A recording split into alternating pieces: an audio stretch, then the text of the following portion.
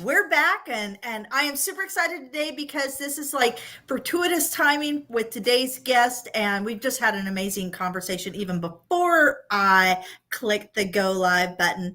But where are we? This is Kim Talks Resilience, and I am your host, Kim Hayden, and I am super excited that you are taking the time, which I know is so incredibly valuable, to share it with me and our guest today.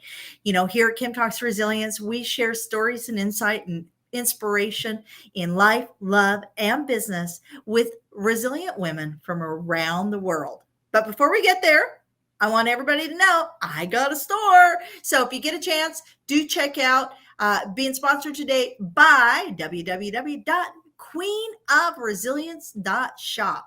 Queenofresilience.shop is an online store with a bit of sass, a lot of fun. So straighten your crown and shop around at queenofresilience.shop. That was a good commercial, eh? So today, Karen Owoc, and I'm going to butcher this. She has got so many letters behind her name. So we're going to try. We're going to try and do this. Karen is an ACSM-CEP, an ACSM-CET.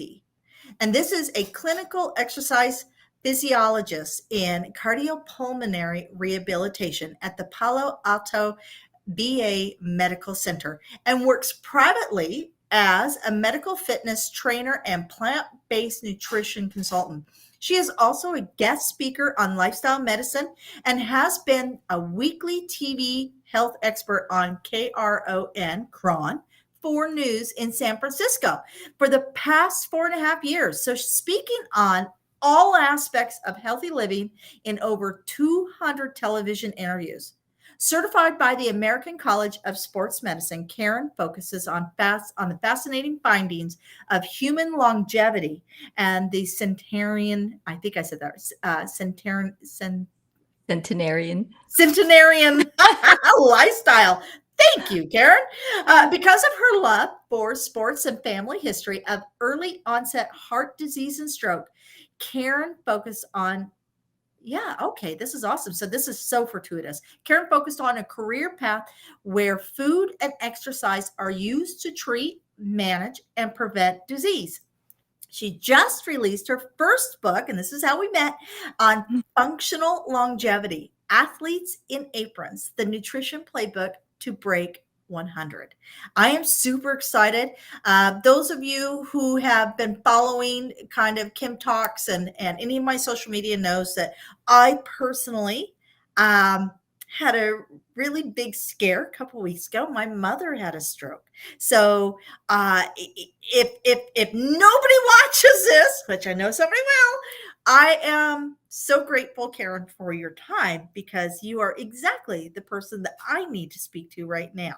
So let's just dive in first with who are you? Can we get a little bit of origin story and why this is important? So you pretty much went through my my history there, my bio there. I am a Californian. Born and raised in California. I was always very involved in sports, competing in sports, just loving every aspect of sports, and so when it's time to go to college, I was thinking about sports medicine, sports therapy, physical therapy, and I actually was on that track to be a physical therapist. But I realized in physical therapy, you focus on just one area of the body, one area that's impaired. And I wanted to work on the whole body. So that means the mind, the body, the spirit, everything. So that's how I ended up on the cardiopulmonary track. And stayed involved in sports and have 2 children, well, 3 now, and constantly talk about food and exercise and try not to preach, but just try to pass on what I know. Absolutely. The not preaching or being perceived as preaching is very hard, especially in a world in the United States. Everything is so consumed with food every time you turn Mhm. on TV, every time you listen to radio, every time you drive past something. And the reality is I think 80%, if not greater, of what we're facing every day is it's not a healthy choice, right? Oh, They right, yeah, right. so Americans are conditioned. I mean, I'm coming from Calgary, so and I don't know if it's just half the trucks don't make it to Canada. I go to the grocery store and it's like, oh my God, look, they got this and they got that and they got this, and just the amount of prepackaged stuff is crazy at the Yeah. grocery store. Mhm. So, so when okay, so we know what you do. Was there is something within your childhood? Was there something that was there anybody you ever knew that you go, oh, if they did this, or if I could help them with that? Was there somebody that kind of tripped that trigger for you when you were younger? There were a lot of things that kinda happened along the way, but early on, which is in college, I I was competing, and I was a competitive skier, and I was tired all the time. I was healthy, young, healthy, and I couldn't believe how tired I was, and I knew it wasn't because I was anemic, all that was ruled out, and so one of my two of my coaches at the time, they were vegetarians, and they said, "Hey, why don't you kind of shift your lifestyle a little bit?" And actually, I tried it. I was in college studying nutrition, physiology, and all that, and it just all made sense. And it was really unbelievable how much better I felt. And just just feeding the body well as so it's not all about exercise, it's about feeding the body, and and that will have a tremendous effect on how we feel. So, and I also have, you mentioned, early onset heart disease and stroke in our family, meaning, you know, in the 40s, uncles and aunts who are in their 40s having strokes and heart attacks. So I knew that, my genes were going to probably point me in that direction. So I needed to figure out a way to bypass that. And so that was all. So it's all about, how I felt, how I was competing, and how my family history kind of pointed me in the direction that I'm in now. Absolutely. And I think what most people need to really understand that genetics is a key component also. My mother's partner, who Bill is like my stepdad, they've been together forever. And the man is 83 years old, Hmm. fit as a fiddle, crazy, fit as a fiddle.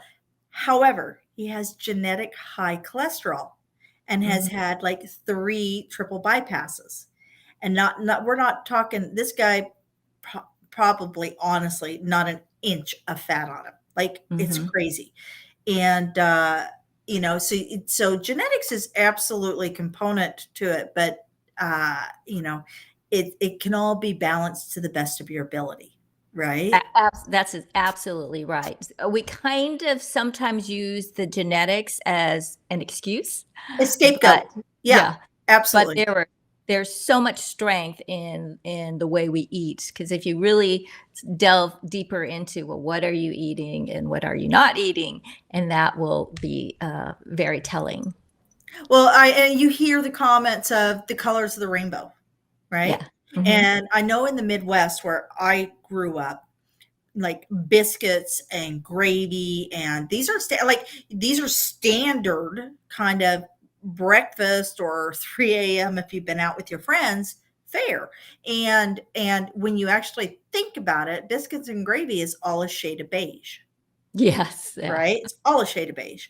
So we now kind of get a grasp as to who you are. Now you say skiing. Was that water skiing or snow skiing? That was snow skiing, freestyle skiing. Really? So Hmm. where did you go? I For was at Squaw Valley, okay, very cool. Very cool. Olympic Valley, which is now called something else. So have you ever come to Canada? If you're a snow skier. No, I haven't. I have. Oh, well, my door's open. If you guys want to do a ski trip, you come up, you'll see some Oh my gosh. beautiful, it's beautiful in Canada. I'd love to have you. So let's move on to, so we know who you are, and kind of that you were blessed to live in a great Mhm. climate and to have, be an active individual, but you also knew what was staring you down, was the genetic component. Mhm. So share with us a little bit what you do, like why that specific, why this lane that you've chosen. So another thing that happened to me when I was pregnant with my first child, my mom's first child, grandchild, and she was diagnosed with ovarian cancer, stage 4, 1 month before I was to deliver. It was really crushing when that happened because they were so excited to be grandparents, and my mom was. I still remember her. She had a whole menu planned out of what she was going to make, after the baby was born and how she was going to help, and be there for me. And she couldn't do that. And then 5 months later, she went through treatment. 5 months later, she had surgery, but it was nothing they could do at that point. So the doctor gave her 3 months to live at that point.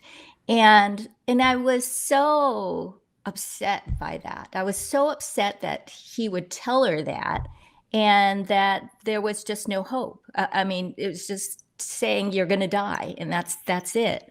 What I did was I researched the Mariama vaccine that was in Japan, and I was able to get it and inject her with the vaccine throughout every day.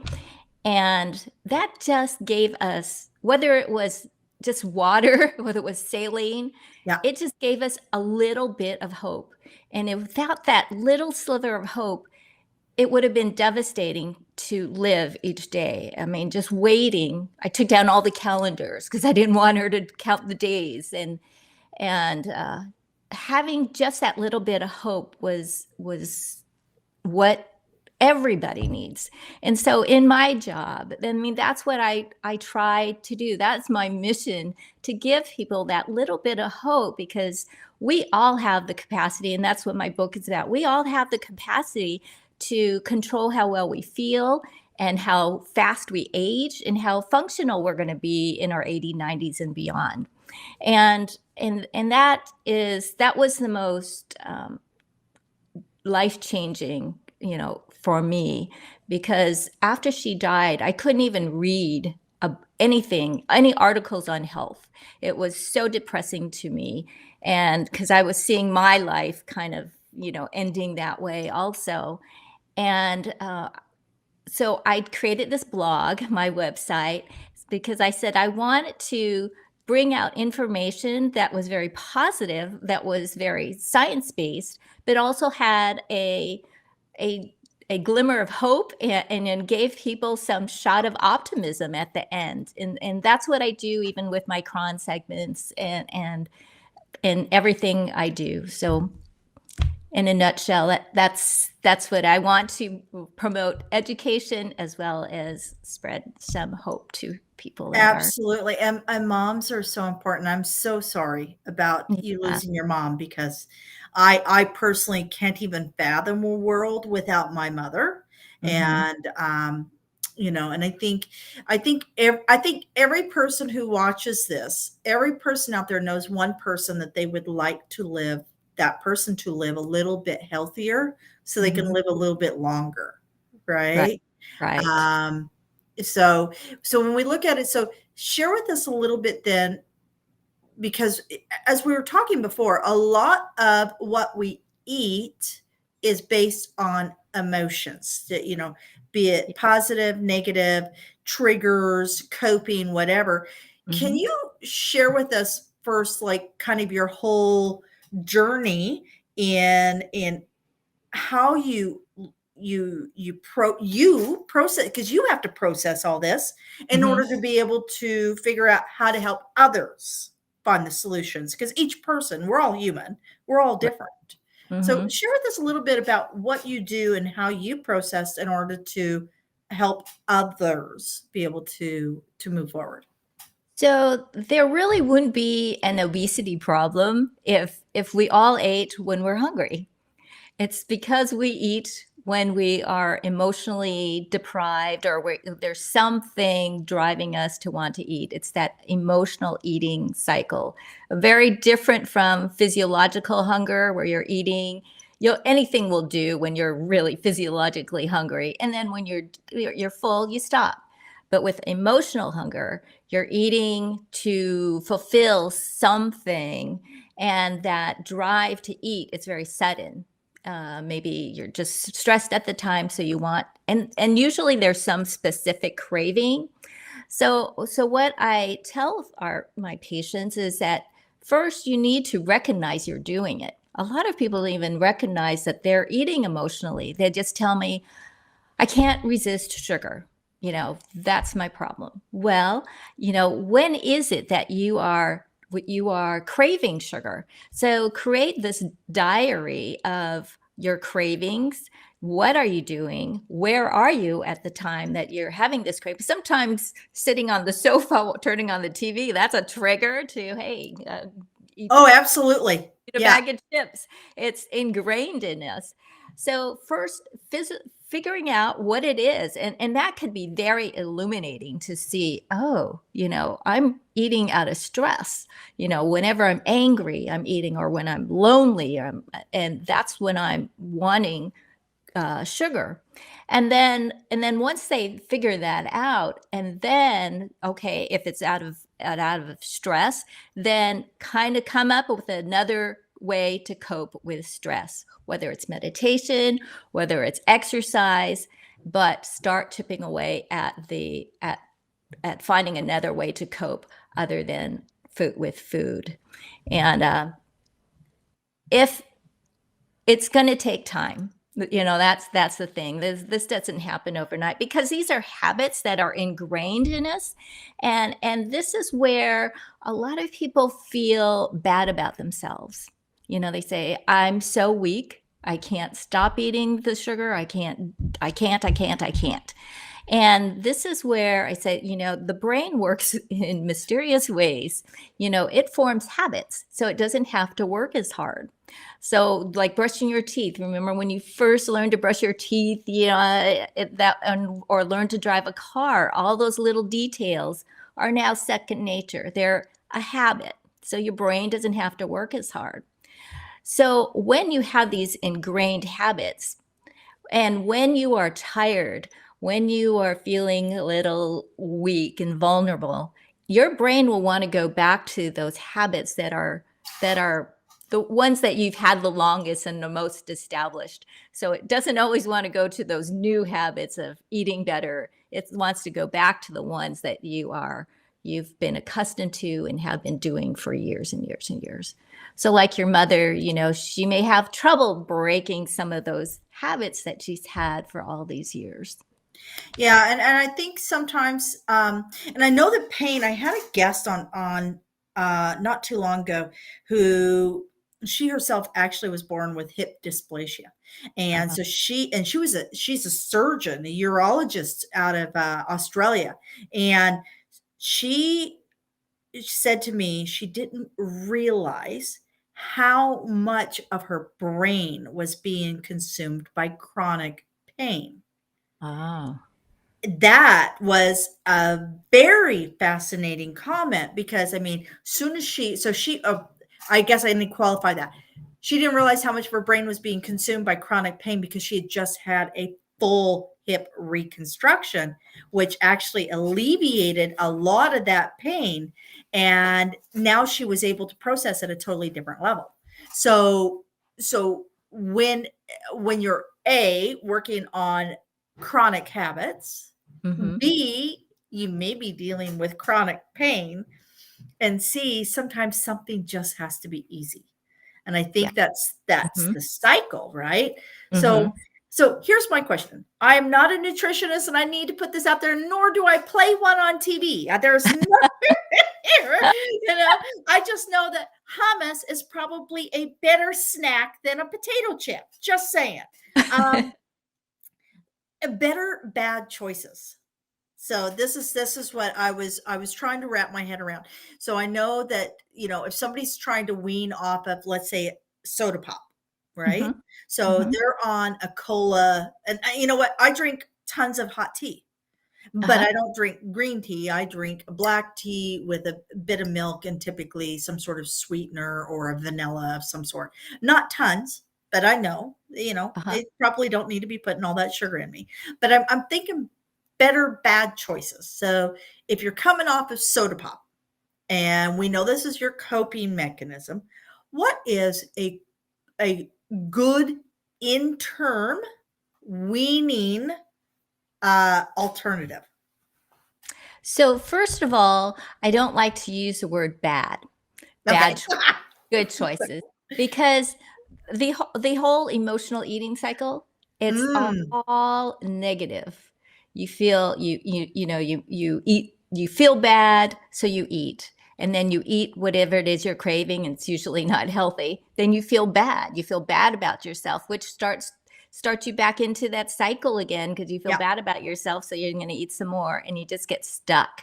So any words that are negative, like bad, food, typically we say is not bad unless it physically makes you sick. Okay. So I also like to be more inclusive when it comes to food. What else could we add to your diet versus focusing on what we're going to take away? Okay. When you think about, okay, I'm going to take this away, it just feels like it doesn't feel good.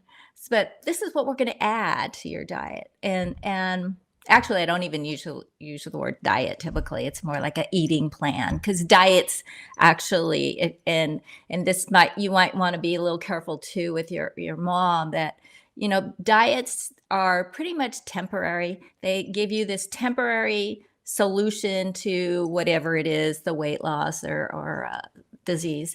So it's an eating plan. It's a lifetime eating plan. And so for your mother, I would suggest some fruit infused water. Trying to get back to just hydrating with water. That would be the healthiest thing. So have you seen those fruit infusers where you have a pitcher Yeah. and then you put the fruit? That would be something that would kind of increase the taste and be something very refreshing for your mother. So here's the thing too, and when I ever explain this, people say, they'll think twice about drinking or eating a lot of sugar. So sugar binds with proteins, and the most abundant protein in your body is collagen. So when those two bind together, that causes the collagen to get very stiff. And when you have stiffness, that's when you get the wrinkles. It's your skin's not really nice and flexible anymore. But there's collagen in your heart, in your arteries, in your brain, in your joints, everything. So when that becomes very stiffened, it Ah, causes blood pressure to go up, because your arteries can't contract and expand and contract like they used to. Your heart's the same way. Your joints get stiff, your body gets stiff, everything, it affects everything. So if you've lived on a diet with lots of sugar, it's not surprising that down the road you're going to have a lot of these problems. So absolutely. Absolutely. I never even put two and two together. Like I said, I am not a nutritionist. Do not ever play one. I I do just, explain that all in the book. So my book, so it yes, kind let's of talk about your book. I put in a lot of the foundational science in the beginning, and it's a light read. It's kind of spoken in a sports speak, so it's a very friendly book to read. Most of my patients are actually men who don't like to read nutrition books. It's usually the wife they'll Yeah. read it and give it to It's the probably because it's too close to an instructional manual. yeah. So And we know I that they don't read those. So I purposely wrote it in a way that would appeal to the man, the middle-aged man, and when the greatest compliment I get is when men text me or call me and say, I can't put your book down, or I love your book. And that's the biggest compliment, when a man who typically doesn't read this kind of stuff says that. Awesome. Awesome. So, so you decided to write this book. Mm-hmm. And so in this book, can you share with us a little bit more about your book and your journey of writing the book?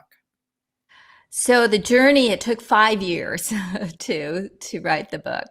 And I wrote it because, in my work, I see, and I've seen so many transformations just from changing the diet, adding exercise, and everyone has that capacity. And so usually when people meet me, they are at that stage where they have heart failure, they've just had open heart surgery, they've had stents put in, they have severe COPD.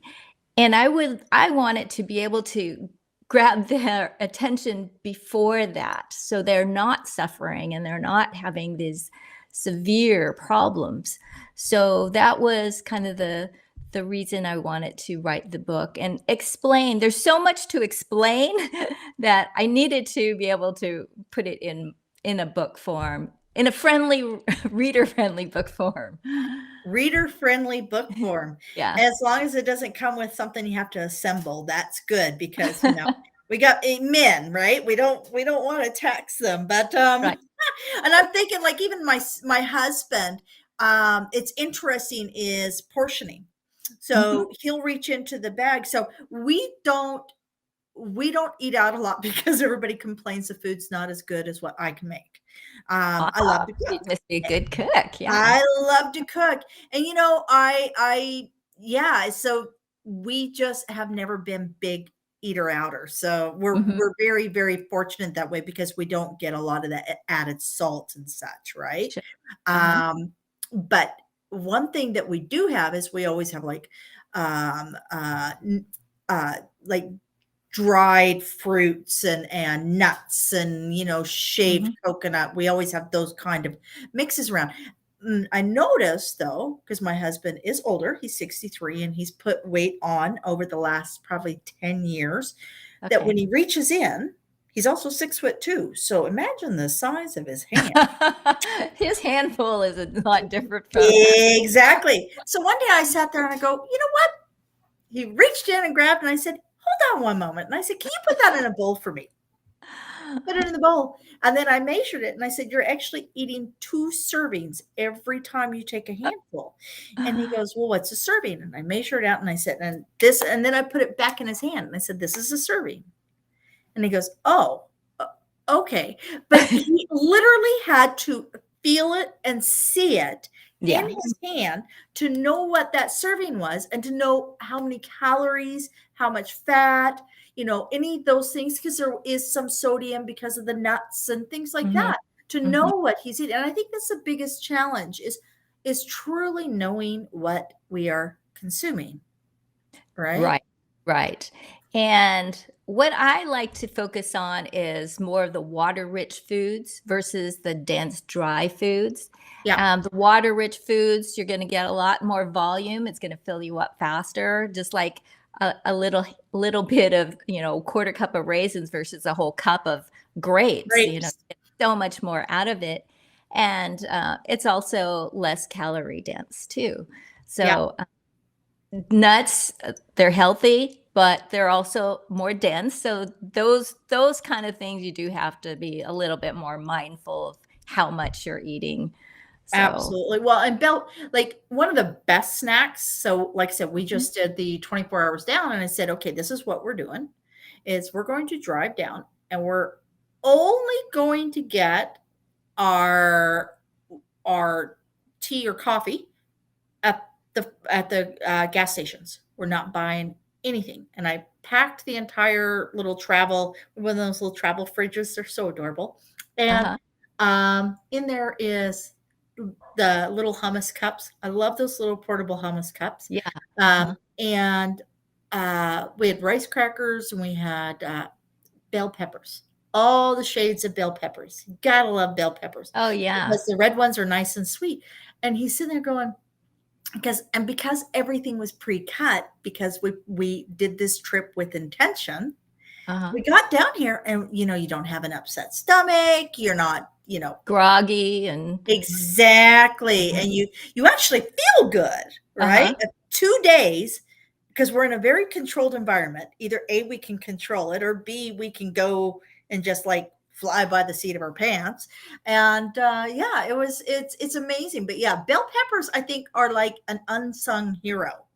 I think bell peppers are actually, and they're so sweet. The red ones are so Oh, yeah. beautifully Love sweet. the red ones. And Yeah, they're so full of vitamin C. So, yeah, and a lot of people think vitamin C, they're thinking orange, yeah. but vitamin C, the bell peppers have so much more vitamin C. So that's a great snack. Yeah. Yeah, that's one of our faves. So, share with me. So, we've talked about your book. First of all, where can we get your book? Is it on Amazon or is it on your website? It Where can we get your book? it is on Amazon. Uh, Oh, that is awesome. Great so artwork. Who did your I artwork? I had my graphic designer, and he had a 3D illustrator help put this all together. It's And then really good. there's a picture of my dad on the back and me, and Awesome. some of the recipe. I do have some recipes that tie in with the concepts that I talk about, but in my book there are some cartoons, so it is. Awesome. I do bring humor into it, and then I have these little coach notes that I put on the sides to kind of emphasize a point or some of my tips that I have. So it's a like I said, it's a friendly read. Amazing. Mhm. Amazing. So share with us a time of resilience, and I'm guessing your greatest challenge of resilience is what you've already shared with us. But can you share with us a time of resilience where you could have just like literally thrown up your hands and said, "Done." Oh yeah. I mean, even going back to my skiing days, because I really was working hard to make the national team and training every single day, and not making it. I mean, I finally eventually did, but when everybody else, my teammates, all made the team, then I didn't. That was really devastating to me. But I just kept trying, and I just was determined to eventually make the team. But I think that just kind of helps set the tone for my whole life. How hard, because I was involved in a lot of team sports, but having to work in an individual sport was really tough. I mean, it was all on me. I couldn't depend on anyone else to how or blame anyone else if I didn't do well. It was all on me. And that really helped me get stronger emotionally, because and every challenge that I came upon in my life, emotional, family, personal, I would pull from that strength, think I know I can do it. There are some things that we had to do in training that jumping off cliffs, things I would never thought I could do. And I pulled from that. I said I thought I would never be able to do that, but I did. So I know I have the capacity. It's just being able to pull that out of ourselves. So whenever I'd get down and feel bad, I said, okay, I can lift myself up. One of the other things that happened after my mom passed away, my brother passed away. He had a heart attack at age 35. So he had the gene, but he also did not manage his lifestyle very well. He was in the food and beverage business, and so he's lots of eating and drinking and not enough exercise, on the road a lot, and when after he had the heart attack and he had a quadruple bypass, and here I am in my field, I couldn't help him. And it was very frustrating for me that I could not help my brother. But that just made me realize that you can have all the tools, but it comes from the person. The person has to be ready and has to be willing. And it doesn't always happen. He chose you could choose that route of rehab, or you can choose the path of least resistance, which is, this is the life I was given, so this is the way I want to live it. So he passed away with heart failure and diabetes. So even in my, I had to kind of recover from that because I didn't have my family. I had my dad, and it was just me left. And having to come up from above that, but I really saw my dad, who I can't imagine losing a child. It's just how he just lost his wife, and then he loses his child. So I think it was even more devastating for him even than me. But again, having to pull from those resources, okay, we can overcome this, because my dad always had this attitude of, things happen for a reason. And I know we've heard this over and over, but he really emphasized that when I was growing up. And his childhood was difficult, and it kind of trained me to say, okay, this happened for a reason. Something good is going to come out of this. And this is my other reason for, really pushing, having that little bit of hope and optimism, and things work out. Things do work out. It doesn't always happen right away, but it eventually does. Absolutely. And they say, nothing worthwhile comes easy. Yes. Absolutely. Right. So right. Speaking of quotes, what is that quote that speaks to you? That's kind of your North Star quote. So this is from Kobe Yamada, and his quote is, "Sometimes you just have to take the leap and build your wings on the way down." And that has kept me going all through, starting my own businesses on the side. And I love this quote because oftentimes we are paralyzed by an over-analysis of, okay, everything has to be perfect. I'm a perfectionist. I try not to be, but I am. So this quote really breaks me out of that take the risk, and nothing's going to be perfect on the way at the get-go, but you have to build it, and it will happen after, you kind of start it, just get going. And sometimes you don't know exactly what you need to build until you start. You're exactly right. Yeah. And I know, Absolutely. Absolutely. Like I said, nothing worthwhile in this life comes easy. Mm-hmm. And there's a reason why we have a phrase, growing pains. Sometimes you got to be a little uncomfortable in order to have the best results. Right. Breaking out of your comfort zone. Absolutely. Yeah. So, Karen, where can people find you and engage with you and just bathe within your amazing information? So on my website, which is KarenOwoc.com, it's OWOC. And that my contact information is all there. Also on Instagram, my handle is Karen Owoc, so OWOC. I spell it because even my relatives, after all these years, still spell it wrong. So, wait a minute. So, and then I'm on Facebook, but I'm starting to put a lot more content. I just kind of did a whole new makeover on my Instagram, and I'm really having fun with it. So fun. Yeah, showing that inspiration of a vision, and we're such a visual society. So again, I thank you, and like I said, this is